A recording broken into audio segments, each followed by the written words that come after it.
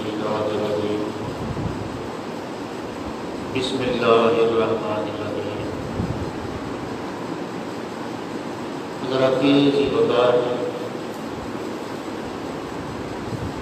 عام سمجھنے والے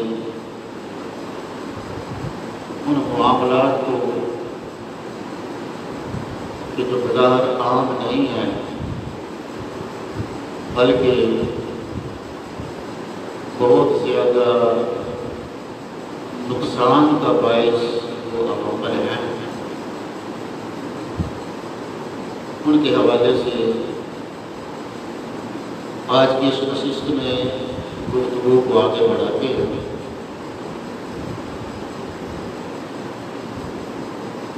اور آغاز کرتے ہیں چغل خوری سے۔ سورہ نون کی آیت نمبر 11 میں اللہ تعالیٰ نے ارشاد فرمایا، بہت عیب جو یا غیبت کرنے والے اور چغلی کے ذریعے فساد برپا کرنے والے کی بات نہ ہو، یعنی ایسے شخص کا کوئی اعتبار نہیں ہے جو چغل خوری کرتا ہے۔ اگر یہ مائنر سا مسئلہ ہوتا، عام سی بات ہوتی، تو اللہ تعالیٰ کبھی قرآن پاک میں اس کو بیان نہ کرتا۔ یہ اتنا اہم مسئلہ ہے کہ اللہ پاک نے اس کو اپنے آخری کلام میں جگہ دی، اور اللہ تعالیٰ ارشاد فرما رہے ہیں کہ ایسے بندے کی یہ بات نہ مانو، اس کی بات کو تسلیم نہ کرو کہ جو غیبت اور چغلی کے ذریعے فساد برپا کرتا ہے۔ اس سے یہ بھی معلوم ہوا کہ غیبت اور چغلی سے فساد برپا ہوتا ہے، معاشرے کے اندر انتشار پیدا ہوتا ہے۔ حضرت حذیفہ رضی اللہ تعالیٰ عنہ سے روایت ہے کہ نبی کریم صلی اللہ علیہ وآلہ وسلم نے ارشاد فرمایا کہ چغل خور جنت میں نہیں جائے گا۔ لے جی بات پکی ہوگی، اب اس سے بڑا کسی کا فتویٰ نہیں ہے، اس سے بڑھ کر کسی کا فیصلہ نہیں ہے، اور اس سے بڑھ کر کسی کی بات نہیں ہے۔ وَمَا يَنطِقُ عَنِ الْهَوَىٰ کی پیاری زبان سے آقا کریم صلی اللہ علیہ وسلم نے قطعی واضح کر دی اس بات کو کہ چغل خور جنت میں نہیں جائے گا۔ چغل خور اپنی عادت کے ہاتھوں مجبور ہوتا ہے۔ ایک بات یاد رکھیں کہ وہ چغل خوری کے طور پر آپ سے آ کے کوئی بات کہتا ہے، اور اس کے بدلے میں وہ آپ کی ہمدردی حاصل کرنا چاہتا ہے،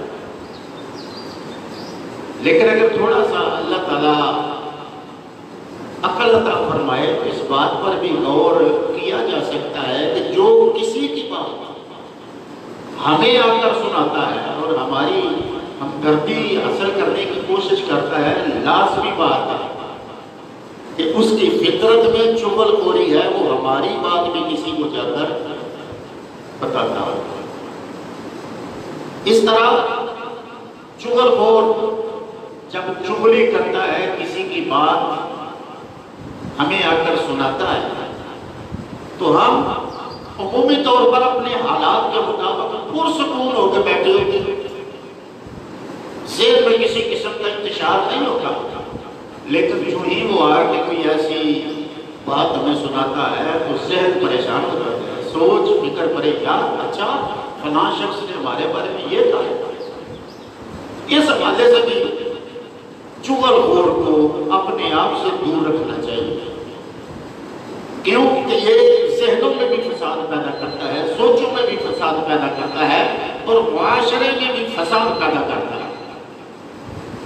اور ایسا شخص سچ بولنے سے نفرت کرتا ہے اور جھوٹ بولنے سے محبت کرتا ہے۔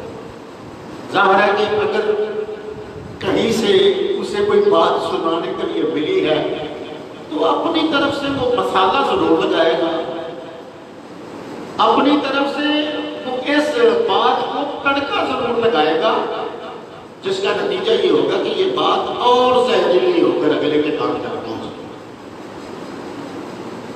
ایسا کرنے والا شخص اللہ اور اللہ کے پیارے رسول صلی اللہ علیہ وآلہ وسلم کی اطاعت سے منہ موڑتا ہے۔ ایسا شخص بھائی اس سے یہ بھی تو بات واضح ہو رہی ہے کہ ایسے شخص کو حاصل کیا ہوتا ہے اور نقصان کیا ہوتا ہے۔ حاصل یہ ہوتا ہے کہ وہ ایک لمحے کی کسی کی ہمدردی جیتنا چاہتا ہے، اور نقصان اپنی جنت کا کر لیتا ہے۔ نبی علیہ السلام نے فرمایا کہ چغل خور جنت میں نہیں جائے گا۔ اللہ تعالیٰ ہمیں اس بیماری سے محفوظ رکھے، یہ بھی اندر کی اور نفس کی ایک بیماری ہے۔ اب اس کے بعد ایک ایسے کام کی طرف نشاندہی کرتے ہیں کہ جو آہستہ آہستہ ہمارے معاشرے میں پھیلتا چلا جا رہا ہے۔ اللہ معاف فرمائے، جس طرح کسی بدن کو کینسر لگ جاتا ہے اور اس کی جڑیں بنتی ہیں اور وہ کینسر وجود کے اندر پھیلتا چلا جاتا ہے، اب جو بیماری بیان کرنے لگی ہے یہ بالکل ایسے ہے، اور یہ بیماری ہے دھوکہ اور جال سازی۔ نبی کریم صلی اللہ علیہ وآلہ وسلم نے ارشاد فرمایا کہ جو کسی کے ساتھ دھوکہ کرتا ہے، فراڈ کرتا ہے، فریب کرتا ہے، وہ ہم میں سے نہیں۔ لے دھوکہ کرنے والا اس لحاظ سے اپنے دل کو بڑا مطمئن کر کے بیٹھے کہ حضور رحمت اللہ علیہ، حضور کے سر پر شفاعت کا تاج، کل حضور میری بخشش کے لیے آواز بلند کریں، میرا بیڑا پار ہو جائے گا۔ لیکن نبی علیہ السلام کی بارگاہ سے تو رجوع کرے، ایسے حوالے سے جن کے سر پر رحمت کا تاج ہے، جن کو اللہ کی بارگاہ میں شفاعت کا حق حاصل ہے، وہ کیا فرما رہے ہیں؟ حضور فرماتے ہیں کہ فراڈ کرنے والا، دھوکہ دہی کرنے والا، چال سازی کرنے والا ہم میں سے نہیں۔ کیا مطلب ہے کہ جہاں پیغمبر اور پیغمبر کے چاہنے والے ہوں گے ان میں وہ شخص نہیں۔ وہ نبی علیہ السلام تو اس کی ذمہ داری نہیں اتارے، اور یہ اپنے من ہی من میں اپنے آخرت کے معاملات میں حضور علیہ السلام کو اپنا شفیع سمجھ رہا، جبکہ نبی پاک صلی اللہ علیہ وسلم سے میراث کا اظہار فرما دے، اس کے ساتھ میرا تعلق کوئی نہیں ہے۔ صاحبان حضرت ابن عمر رضی اللہ تعالیٰ عنہما سے روایت ہے کہ رسول اللہ صلی اللہ علیہ وسلم نے ارشاد فرمایا، دھوکہ دینے والے کی نیت سے قیمت بڑھانا منع۔ گویا حضور علیہ السلام نے فرمایا کہ ایسا شخص کہ جس کی یہ نیت ہو کہ میں چیز کی قیمت بڑھا دوں، حضور علیہ السلام نے اس کام سے منع فرمایا۔ اور آج ہو کیا رہا ہے؟ اصل قیمت کچھ ہوتی ہے۔ آپ سادہ سی مثال ہے کہ سبزی منڈی چلے گئے، وہاں جا کے آپ سبزی کا ریٹ پوچھیں اور وہاں سے آ کر دکانوں پر سبزی کا ریٹ پوچھیں، زمین و آسمان کا فرق نظر آئے گا۔ اور اللہ ماشاءاللہ یہ ہمارا مسلمان معاشرہ ہے، اور اس پہ ظلم یہ بھی ہے کہ رمضان المبارک کا جو مہینہ، جو رواداری کا مہینہ ہے، جو ایک دوسرے کے ساتھ محبت کا مہینہ ہے، جس مہینے میں دلوں میں ہمدردی پیدا ہونی چاہیے، اس مہینے میں مسلمان اللہ ماشاءاللہ ڈاکو بن جاتے ہیں، سرے عام لوٹتے ہیں، چیز 1 روپے کی ہوتی ہے، قیمت کہیں سے کہیں بتا دیتے ہیں۔ دیگر معاشرے بھی ہیں، جائیے جا کے غور کیجئے، دیکھیے، پڑھیے، یورپ کہ جہاں اسلام نہیں ہے، وہاں اگر کوئی تہوار آ جاتا ہے تو خاص دن ان کا آ جاتا ہے، تو اس خاص دن کے موقع پر جنہیں ہم عیسائی کہتے ہیں، جنہیں ہم یہودی کہتے ہیں، وہ کمپنی کمپنی کے ریٹ پر چیز بیچتے ہیں اور کمپنی نے اوپر جو منافع رکھا ہوتا ہے وہ بھی چھوڑ دیتی ہے. وجہ کیا ہے کہ خوشی کا دن ہے, سب لوگ اس خوشی میں شامل ہوتے ہیں, اور ہماری ایک چیز 1 روپے کی چیز جو ہے وہ 5 روپے کی بک رہی ہے. پھر بہانے طرح طرح کے, پھر ذخیرہ اندوزی کی جاتی ہے, گوداموں کے گودام بھرے ہوتے ہیں, گاہے کھڑے ہوتے ہیں, قطاریں لگی ہیں, لیکن دکاندار کہہ رہے تھے یہ چیز شارٹ ہو گئی, ختم ہو گئی. اللہ اکبر, یہ بہت بڑا جرم کیا جا رہا ہے. طرح طرح کی ہیلے بہانے سے غریبوں کو لوٹا جا رہا ہے. ان لوگوں پر ڈاکہ ڈالا جا رہا ہے جو خریدنے سے پہلے بھاؤ پوچھتے ہیں. ان کی بات نہیں ہے جن کے پاس ڈالر ہے, پاؤنڈ ہے, ریال ہے, ان کی بات نہیں میں کر رہا. میں تو ان کی بات کر رہا ہوں جو صبح سے لے کر شام تک مزدوری کرتا ہے. ایک 600 روپے کی دہاڑی لگانے والا پہلے ریٹ پوچھتا ہے, یار میرے پاس کتنے پیسے ہیں, میں نے کیا کیا لے کے جانا ہے. اس پہ ظلم, یہ زیادتی اس کے ساتھ. اب اس کی دل سے کب کسی کے لیے دعا نکلے گی, کب اس کی دعا کسی کو میسر ہوگی. حالانکہ ایسے لوگوں کی دعائیں اللہ قبول بڑی فرماتا ہے کہ وہ درد کے اتنے مارے ہوتے ہیں, حالات کے اتنے مارے ہوتے ہیں کہ دل ہی دل میں اپنے رب کے بڑا قریب ہوتے ہیں. لہذا اس دھوکہ دہی سے, فراڈ سے بچنا ہے. نبی علیہ السلام نے ارشاد فرمایا من غش فلیس منی, کہ جس نے ملاوٹ کی وہ ہم میں سے نہیں ہے. آپ جو گھی کھا رہے ہیں, آپ جو دودھ پی رہے ہیں, آپ جو آٹے کے نام پر خرید رہے ہیں, کیا یقین سے وثوق سے کہہ سکتے ہیں کہ قیمت آپ نے آٹے کی دی ہے یہ آٹا ہی ہے؟ قیمت آپ نے 1 نمبر مرچ پسی ہوئی کی بھری ہے, یہ مرچی ہے یا بھونا ہے, یہ ہلدی ہے یا کوئی اور بلا ہے. طرح طرح کی چیزوں کو طرح طرح کے کیمیکلز اور رنگ دیے جا رہے ہیں. رنگ بھی وہ جو کپڑے پہ چڑھانے والا ہے جو انسانی صحت پر بڑا برا اثر ہے. اور آپ سن کر حیران نہیں پریشان ہو جائیں گے کہ صبح صبح اس رمضان المبارک میں اگر کھانے کو ایک پراٹھا مل جاتا ہے تو کیا وہ ڈالڈا گھی خالص ہے, وہ آئل خالص ہے, یا جانوروں کی انڈڑیوں کی چربی ہے, یا جانوروں کے سینگوں سے نکلی ہوئی چربی, یا مردار جانوروں کی چربی. لوگ پکڑے جا رہے ہیں, لیکن ظلم یہ ہے کہ ادھر پکڑے جاتے ہیں, کارخانے ان کے سیل ہوتے ہیں, فیکٹریاں بند ہوتی ہیں, اور 4 دن بعد پھر وہی دھندا کر رہے ہیں. ایسے ظالموں کو کیوں چھوڑا جاتا ہے؟ یہ چوک صرف چلنے پھرنے کے لیے نہیں ہے, ان چوکوں کا ایک بہترین استعمال یہ بھی ہے کہ ایسے لوگوں کو چوکوں میں کھڑا کر کے کیفر کردار تک پہنچایا جو لوگوں کی صحتوں سے کھیلتے ہیں. اور پھر دیکھیے ایک انسان بیمار ہو جاتا ہے, اور بیماری کی عالم میں اب اس کا ایک آسرا یہ ہے کہ مجھے دوائی مل جائے. اس پہ ظلم یہ ہے کہ ایک تو پہلے بیماری نے اس کے جسم کو گن کی طرح کھا لیا ہے, اب وہ ایک گولی لینے جاتا ہے, قیمت اصل دیتا ہے, پوری کی دیتا ہے, لیکن دوائی 2 نمبر ہے, دوائی 3 نمبر مل رہی ہے, دوائی 4 نمبر مل رہی ہے.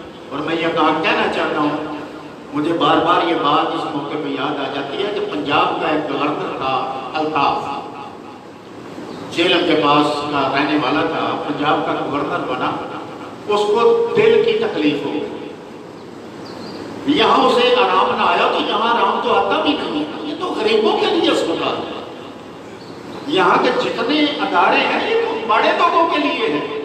ان کو تو کانٹا بھی چبھ جائے تو چلے جاتے ہیں اپنے بیٹے.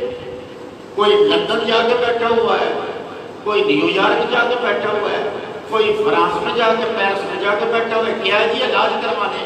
ظالموں یہ بتاؤ کہ 5-5 سال حکومت کرنے کے لیے عوام تمہیں ووٹ دیتے ہیں, ان 5 سالوں میں ایک ہاسپٹل ایسا نہیں بنا سکتے کہ جہاں تمہارا علاج ہوتا ہے. تو صاحبان ہوا یوں کہ گورنر صاحب کو دل کا عارضہ لاحق ہو گیا. یہاں انہوں نے مناسب نہ سمجھا کیونکہ سرکاری خرچے پر انہوں نے جانا تھا تو فلائٹ لی اور سیدھے امریکہ چلے گئے. اب بڑے لوگ ہوتے ہیں ان کی سوچ ذرا تھوڑی سی مختلف ہوتی ہے. وہ جاتے وقت ڈاکٹروں کے لکھے ہوئے نسخے اور جو دوائی کھا رہے تھے گورنر صاحب وہ بھی ساتھ لے گئے. امریکہ پہنچے, وہاں ان کو چیک اپ کے لیے چیک اپ روم میں لے جایا گیا اور جو ساتھ دوائی لے کے گئے تھے وہ انہوں نے اپنی لیبارٹری میں بھیج دی. اب ان کا ادھر چیک اپ ہو رہا ہے اور ادھر وہ دوائی جو ہے اس کو لیبارٹری میں چیک کیا جا رہا ہے کہ یہ دوائی کس لیول کی ہے. تو امریکہ والے کہنے لگے کہ گورنر صاحب آپ جو دوائی کھا رہے ہیں یہ 1 نمبر دوائی نہیں ہے, آپ کو 2 نمبر دوائی ہے. اندازہ کریں ایک گورنر کو اگر 2 نمبر دوائی ملتی ہے تو میں اور آپ گورنر ہیں, ہم کوئی وزیر ہیں, ہم کوئی مشیر ہیں, ہم کوئی حکومتی عہدیدار ہیں. ہمارا تعلق کیا افسرانے والا سے, ہم تو عام سے عوام ہیں. ہمیں تو 2, 4, 5, 10 نمبر تک کی دوائی مل رہی ہے. کتنا بڑا ظلم ہو رہا ہے, کتنی بڑی اس معاشرے کے ساتھ یہ زیادتی ہو رہی ہے. جب تک عدل و انصاف نہیں ہوگا تب تک قوم میں اسی طرح سے جو حال ہوگا. عدل کیا ہے؟ عدل یہ ہے کہ تم 1 روپیہ دے رہے ہو اصلی, تمہیں 1 روپے کی چیز بھی اصل مل جائے. آج ہم یہ بھی رونق ہوتے ہیں کہ یار ہمارے ساتھ ایسا ہو رہا ہے, ہمارے ساتھ ایسا ہو رہا ہے. اس کے برعکس حقیقت یہ بھی ہے کہ جب ہمیں موقع ملتا ہے تو لوٹنے کھسوٹنے میں ہم بھی کسی سے کم نہیں ہوتے. ہم بھی کہتے ہیں یار داؤ لگا ہوا ہے, بس لوٹ دو, کھا لو. کس طرف معاشرہ جا رہا ہے؟ یہ ترقی نہیں ہے, یہ جہالت ہے, یہ راہ ہدایت نہیں ہے, یہ ضلالت کا رستہ ہے. بندہ خدا اگر زندگی گزارتے ہوئے کوئی ایسا طریقہ اختیار کرتا ہے کہ چلتے چلتے چلتے چلتے چلتے وہ اتنا دور نکل جاتا ہے کہ قیامت کے دن اپنے نبی کا چہرہ تک نہ دیکھ سکے, اس کا شمار جہنمیوں میں ہو. وہ وہاں شور کر رہا ہو کہ میں نے کلمہ پڑھا ہے, لیکن کام وہ کن کے کر رہا ہو؟ فراڈیوں کے, دھوکے بازوں کے, جال سازوں کے, ملاوٹیں کرنا. اللہ تعالیٰ کی بارگاہ میں التجا ہے کہ رب کائنات ہمیں اپنی اور اپنی قوم کی اصلاح کرنے کی توفیق عطا فرمائے. ہم کہتے ہیں معاشرہ خراب ہے, معاشرہ کیسے ٹھیک ہے, سب لوگ کیسے ٹھیک ہے؟ اس کے لیے چھوٹا سا اقرار کریں. معاشرہ اگر ٹھیک کرنا ہے تو ہر بندہ اپنے آپ کو چاہتا ہے, وعدہ کرے کہ وہ جال سازی نہیں کرے گا, وہ دھوکہ دہی نہیں کرے گا, وہ فراڈ نہیں کرے گا, وہ شے میں ملاوٹ نہیں کرے گا, وہ غیبت نہیں کرے گا, وہ کسی کا حسد دل میں نہیں لائے گا, وہ منافقت والا رویہ اختیار نہیں کرے گا, وہ جھوٹ نہیں بولے گا. اگر ہم من حیث القوم ایک فرد ہونے کی حیثیت سے کسی اور کی بات نہیں کرتے, اپنے آپ کو درست کریں, تو جب ہم اپنے آپ کو درست کریں گے تو انشاءاللہ ہمارے ٹھیک ہونے سے ہمارے احباب ٹھیک ہوں گے, ہمارے دوست ٹھیک ہوں گے, ہمارے ٹھیک ہونے سے جن سے ہم سودا لیتے ہیں ان کے سامنے بات کریں گے یہ کیا کر رہے ہیں, وہ ٹھیک ہوں گے, معاشرہ ٹھیک ہو جائے. اللہ تعالیٰ ہمیں اپنی حیثیت, اپنا مرتبہ اور اپنی ذمہ داریوں کو پہچاننے کی توفیق عطا فرمائے. انشاءاللہ اسی طرح بات آگے چلے گی, زندگی رہی تو ہم علینا